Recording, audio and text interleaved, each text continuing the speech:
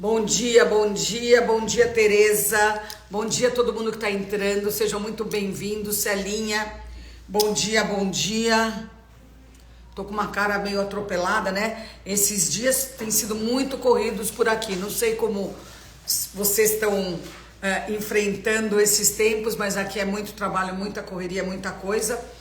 E eu tô feliz de estar aqui. Mais uma quinta-feira, mais uma conversa com um profissional do Hospital das Clínicas. E eu queria primeiro agradecer o HC por a gente continuar juntos. Para mim é um orgulho. E a gente traz aqui informações de verdade, né? De quem defende a ciência, quem defende a saúde pública. E a gente tá com o Hospital das Clínicas desde a primeira temporada das nossas lives. E a gente já está na 6ª temporada, então muito bom ter o HC e ter vocês aqui todas as quintas-feiras. Eu gosto de lembrar que a gente continua em campanha contra o coronavírus, prevenção, vacinas, uso de máscaras quando estivermos em locais fechados, um certo distanciamento social, lavar muito bem as mãos e quando não der, álcool em gel. É uma receitinha básica que deve ser seguida ainda. Eu acho que a gente pode seguir sempre, né, esses cuidados com a nossa higiene, com a nossa saúde. Sempre é bom, né? E não se esqueçam que também tem vacina contra a gripe, a influenza, necessária também. Eu já tomei 4 vacinas de coronavírus, já tomei gripe, já tomei tudo. Hoje a gente conversa aqui com o professor Dr. Vicente Oddoni Filho. Ele é pediatra e ele é coordenador clínico do Itaci, que é o Instituto de Tratamento do Câncer Infantil. Antes dele entrar, eu vou apresentá-lo, e é um assunto que diz respeito a todos, né? Que a gente tem que ficar muito atento em volta da gente para ter um diagnóstico precoce, para poder resolver essa questão o mais rápido possível e bem, né?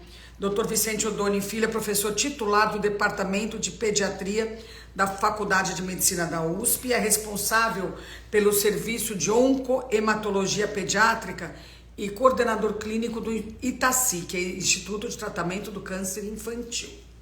Ele foi diretor-presidente da Fundação Pro Sangue Hemocentro de São Paulo, que é uma fundação que muito nos orgulha, né, de ter aqui em São Paulo a Fundação Pro Sangue. Ele tem graduação em Medicina pela Faculdade de Medicina da USP, e ele foi membro de um grupo de professores de alto nível que se chama Fellow em Oncologia e Hematologia Pediátrica no Hospital St. Jude, em Memphis, Tennessee, Estados Unidos. Vamos chamar o professor. Instituto Itaci, certo, Paulinho?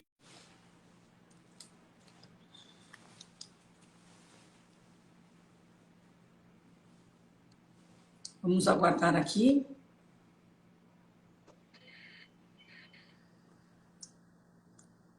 Professor, vem um pouquinho para cá, ó. Bom dia. Tudo bem, professor? Tudo bem, tudo bem. Seja muito bem-vindo, prazer viu? estar com você. Muito obrigado, é um prazer. Professor, prazer. Quando a gente vê esse assunto, né, câncer infantil, é uma coisa que a gente, em vez de ver a cura, né, a gente vê ou o tratamento, a gente vê a doença em si, né? E é sempre um assunto necessário, mas triste, né? E chato de se lidar. Mas é necessário e aqui estamos para falar sobre isso. Qual é a verdadeira incidência de câncer entre doenças pediátricas? É muito alta a incidência? Então, bom dia, novamente. Veja, o câncer é uma doença rara, o câncer infantil é uma doença rara. Nós estimamos que no Brasil, por exemplo, entre 0 e 18 anos, né, nós teremos cerca de 12 mil casos novos de câncer por ano. É um número muito pequeno se nós formos comparar com as outras doenças que incidem, né, em nossa população. Se nós formos analisar todos os casos de câncer ocorrendo na população brasileira, e esses números valem para o mundo inteiro, o câncer infantil nessa faixa etária aí que nós colocamos vai corresponder a 2 a 4% dos casos de câncer. Então, é uma doença rara, mas não é por isso que ela deixa de ser uma doença importante. Apenas para a gente ter uma ideia do que ela representa em termos de mortalidade, se nós pegarmos a mortalidade de crianças entre a faixa pré-escolar até o final da adolescência, o câncer é a primeira causa de morte por doença, somente sendo superada por aquelas mortes ditas violentas, sensu lato. Mas por doença ela é a mais representativa e isso mostra a importância que ela tem. Um outro dado muito importante é que os tratamentos de câncer eles costumam ser muito prolongados, costumam ser tratamentos extremamente caros também. Isso faz com que cada vez mais um número maior de pessoas estejam envolvidas em tratamentos de câncer, o que implica num custo operacional muito alto, né? E é algo que o governo tem de encarar e vem encarando, de certa forma, como também um problema de saúde pública. Agora, professor, quando você falou que não é tanta incidência assim, né, em termos de números, não tem também muitos casos não diagnosticados? Eu estou incluindo aqui nesses números os casos não diagnosticados também. Ah, A estimativa, esse é um grande problema aqui para o nosso país. Eu diria que o problema do câncer pediátrico no nosso país é um problema quantitativo e não tanto um problema qualitativo. O que significa isso? Se nós analisarmos os resultados, por exemplo, de cura de leucemia, que é o tipo mais comum de câncer infantil, nas grandes instituições, como aqui na USP, no Itaci, ou em outros serviços, etc., nós vamos ter dados elevadíssimos, 80%, 90% de chances de cura. E isso daqui, enfim, são números que são paralelos às melhores e maiores instituições internacionais. Mas quando a gente olha o Brasil como um todo, a nossa população como um todo, a chance de cura para as crianças, ela não supera 40%, 50% do por Brasil. quê? Em algumas vezes, muito menos do que isso. E esse problema que você falou é um problema muito sério, porque quando nós analisamos a mortalidade dessas crianças com câncer, desses 12 mil pacientes com câncer, nós vamos ver que entre aqueles que morreram, mais ou menos 30% a 40% não haviam tido o seu diagnóstico previamente. Então, veja, nós temos de mexer numa cadeia muito grande de conhecimento, de informação, que vai desde o diagnóstico até a parte final do tratamento. E embora nós dominemos toda a questão qualitativa, né, a tradução disso para a sociedade ainda não é no nível que deveria ser. E, professor, qual tipo de câncer é mais comum na infância? Então, o tipo mais comum de câncer na infância são as leucemias, e entre as leucemias, a leucemia linfocítica aguda, que corresponde a mais ou menos 30%, 35% dos casos de câncer pediátrico. É uma história, é um grande caso de sucesso. Uma conversa com uma família que tem um filho com leucemia linfocítica aguda, se ela fosse feita há 50 anos atrás, nós estaríamos conversando sobre o que fazer naqueles poucos meses que separam esse diagnóstico até uma morte inexorável.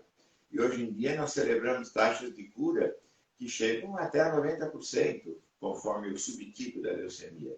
Cura com tudo aquilo que a palavra cura quer dizer. Uma pessoa que vai crescer, vai se desenvolver, vai estudar, vai casar, vai ter filhos e filhos saudáveis, vai se inserir ou reinserir na sociedade em toda a sua plenitude.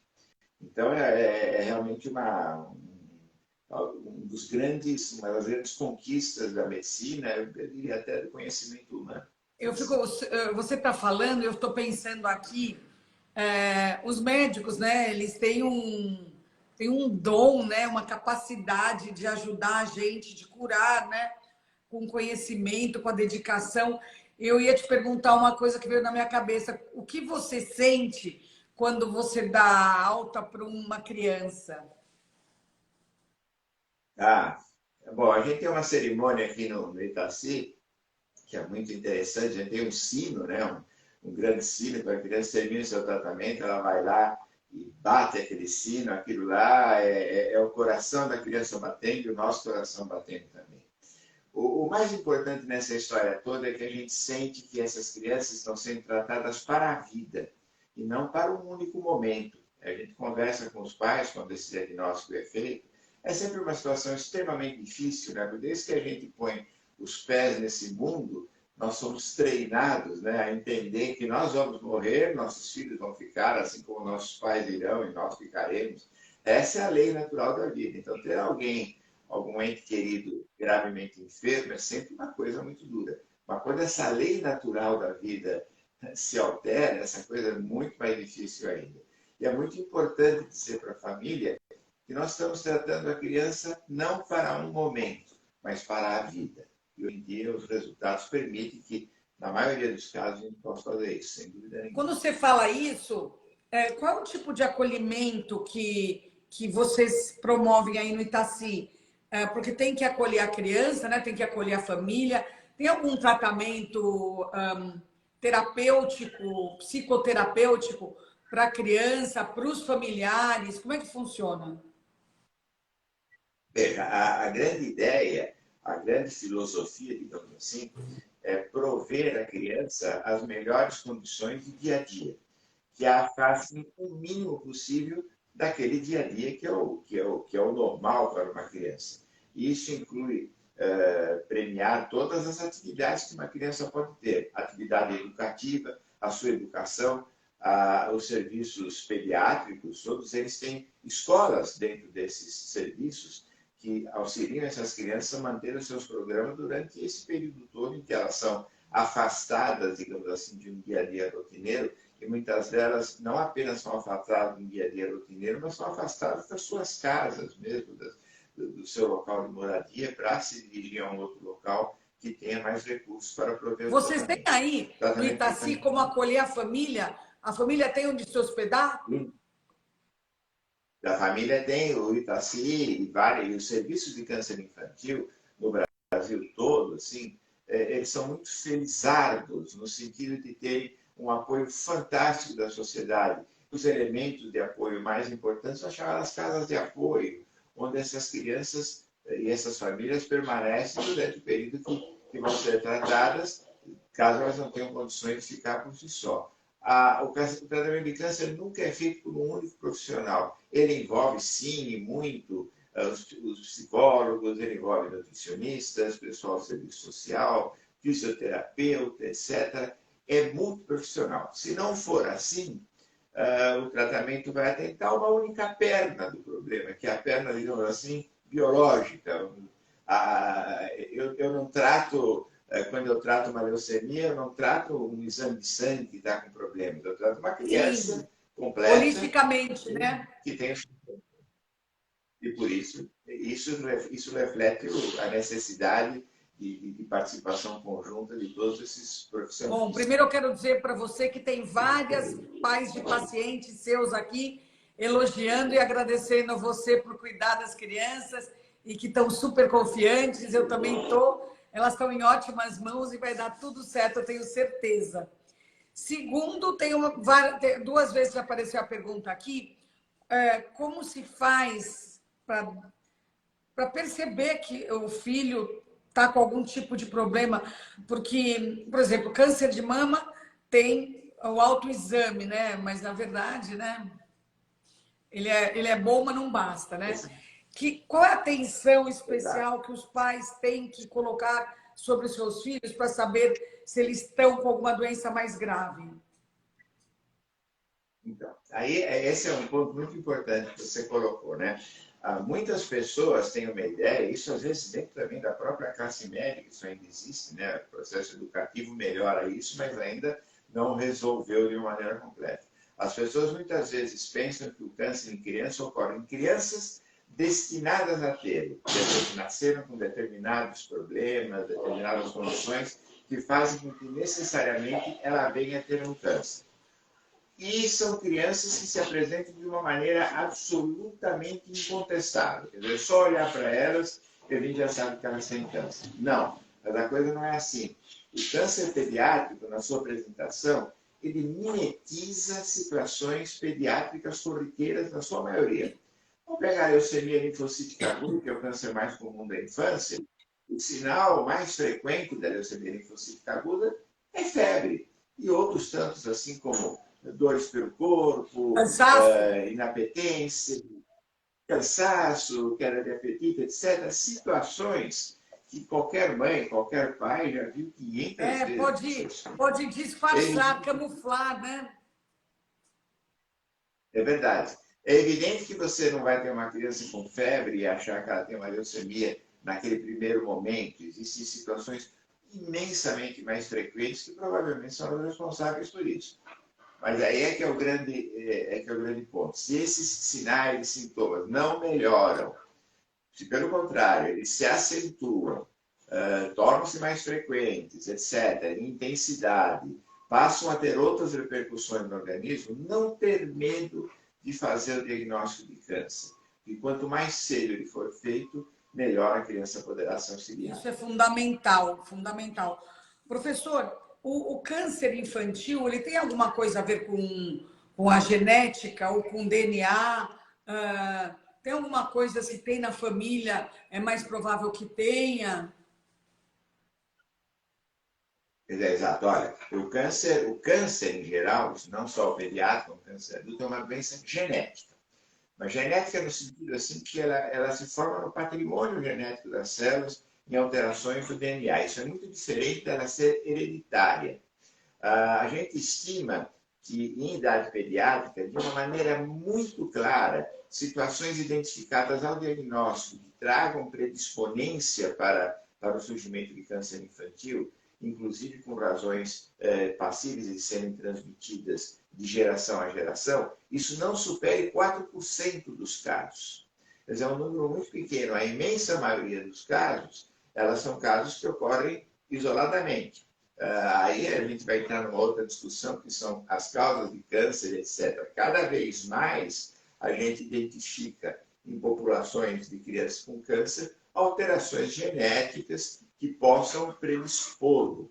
Mas ainda situações de uma apresentação muito clara, que só pela sua própria presença possam indicar uma predisposição a câncer que obrigue a uma vigília contínua, porque aquela situação pode ocorrer muito, elas são raras e não superam 4, 5% dos casos. Nossa.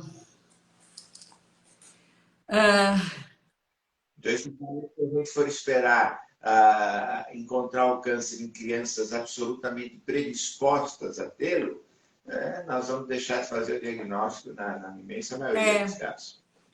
Por acaso, eu estava pensando aqui, dizem, quer dizer, não é dizem, na vida moderna é mais fácil detectar casos de câncer, né? Porque antigamente não tinha todas essas máquinas, esses aparelhos.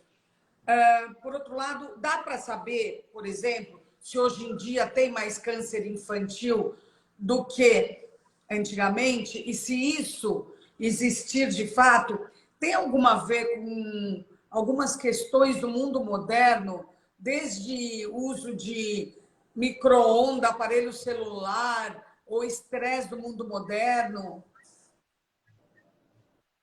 Bom, essa é uma questão muito, muito importante, muito interessante. É evidente que você tem um crescimento vegetativo dos casos de câncer, câncer infantil. Isso sempre ocorre. Na medida que a sociedade passa a ter controle sobre doenças evitáveis, digamos assim, doenças que têm como denominador comum a pobreza, a desnutrição, etc., é como se sobrasse mais tempo para o paciente vir, ou para a criança vir a desenvolver uma doença degenerativa como o câncer. Então, esse crescimento vegetativo do câncer, ele é uma verdade em todo o mundo. Mas, além desse crescimento vegetativo, há evidências muito claras de que haja também um crescimento absoluto, quer dizer, picos de incidência que superem aquilo que se esperaria apenas por esse crescimento vegetativo, e, por exemplo, ocorrendo em anos que se sigam a epidemias, por exemplo, de doenças virais. Isso é muito bem documentado em países como a Inglaterra, que tem resultados de epidemiologia muito precisos e podem ser feitas essas análises. E aí a gente analisa de uma forma que nos faz entender, por exemplo, que esses determinantes infecciosos, que são importantes em provocar, por exemplo, alterações genéticas que poderão vir a determinar um câncer, tem potencialmente uma ligação muito grande com essa ocorrência da moléstia. O grande problema é ainda você fazer essa demonstração bem cartesiana de que a coisa ocorre, uma coisa tipo causa e efeito. Isso ainda é muito difícil de fazer, mas não há dúvida que há um aumento vegetativo, é claro, mas há também evidências muito claras de um crescimento absoluto. Agora, a relação com as coisas do mundo moderno, veja, essas que você mencionou, por exemplo, da micro-ondas, etc., há alguns anos atrás fizemos parte de um estudo que foi coordenado pela Faculdade de Saúde Pública aqui em São Paulo, analisando a ocorrência de leucemia em populações que viviam próximas a linhas de transmissão elétrica. E, enfim, se verificou que poderia haver uma eventual associação quando nós tínhamos uma situação de vida das pessoas mais próxima, a menos de 400, 300 metros, dessas linhas elétricas. Mas não são situações que pudessem ser documentadas de uma maneira categórica, incontestável. A mesma coisa com micro-ondas, etc., celular, nada disso é passível de ser negado. Mas eu acho que são todas evidências que nós temos de ter sempre na mente, né, para não deixar de olhar, enfim, situações que venham a aparecer e que possam indicar uma eventual relação entre esses recursos, digamos assim, da sociedade moderna, e que possam ter, enfim, uma relação causa-efeito com o surgimento do câncer. Professor, o Itaci, ele recebe doações, ele tem que nem no HC, né, tem uma ala doada por tal. O Itaci também tem? O Itaci é um hospital, né, que foi construído fundamentalmente pela sociedade. E nós temos, dentro do nosso hospital, nós celebramos muito todas essas doações que resultaram dessas construções, pessoas importantes que contribuíram para a existência do serviço, etc. Depois que ele foi construído, ele tem uma relação de trabalho com o Departamento de Pediatria da Faculdade de Medicina da USP, com o Instituto da Criança do Hospital das Clínicas. Então, ele recebe um suporte governamental vigoroso, não apenas na sua manutenção, ou também até na sua própria expansão. Isso já um processo de construção aqui dentro também, mais recentemente, já foi financiado por recursos governamentais. Mas ele ainda pelo menos no que tange a sua estrutura básica, a equipamentos, etc., um hospital fundamentalmente mantido pela sociedade, cabendo ao poder público, enfim, a manutenção basal, os recursos de internação, o pagamento dos funcionários, medicações, etc. É um exemplo muito bem sucedido de uma parceria público-privada. Então, é muito bom ouvir isso. Você gostaria de agradecer alguns doadores especiais que... Fique à vontade, tá? Eu correria o risco assim de esquecer algum importante. Mas eu vou citar dois que possam representar todos. Assim. Um é a Ação Solidária contra o Câncer Infantil. É uma ação surgida no seio dos pacientes tratados de câncer aqui na instituição e que teve um papel vital na construção desse prédio e até hoje é absolutamente fundamental, enfim, em tudo aquilo que é feito aqui dentro desse serviço, em tudo aquilo que a gente propicia às crianças.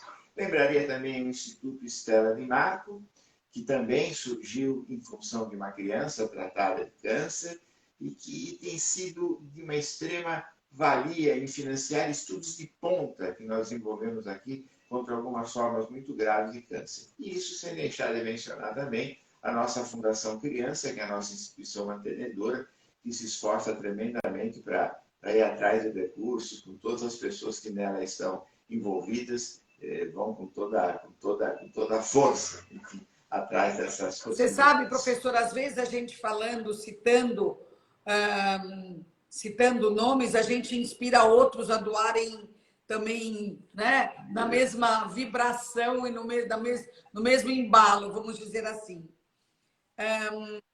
Sem dúvida. Quando as crianças chegam aí, professor, elas têm noção do que, quando o diagnóstico é dado aos pais, as crianças ficam sabendo também o que elas têm,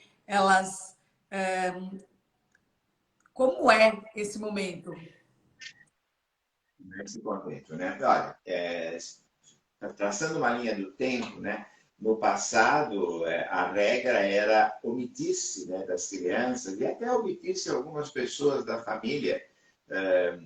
Às vezes o pai pedia que não contasse a mãe, ou a mãe que não contasse ao pai, que excluísse os avós, enfim, sobre aquela situação. E, na verdade, isso tinha até uma certa lógica, e na maior parte das vezes, no início, eram perspectivas fatais, uma vez que o diagnóstico fosse feito. Hoje em dia, como nós dissemos, essa coisa mudou tremendamente.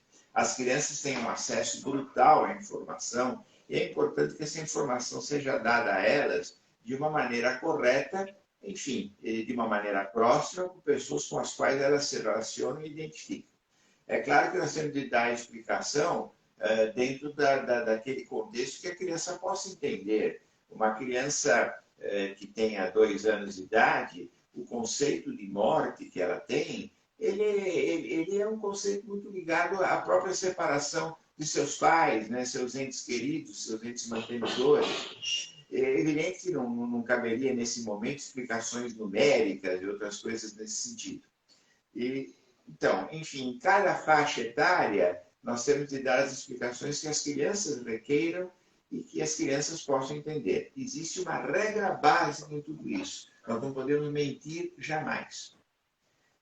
Se há uma coisa que quebra a confiança, que quebra, enfim, esse relacionamento sadio que deve existir entre todos os envolvidos no tratamento de alguém, é um conceito de verdade, é um contexto de verdade, é um contexto de sinceridade, de franqueza, sobretudo, sempre omitir qualquer mentira que possa, enfim, manchar um pouco esse relacionamento. Nossa, bonito ouvir isso, bonito.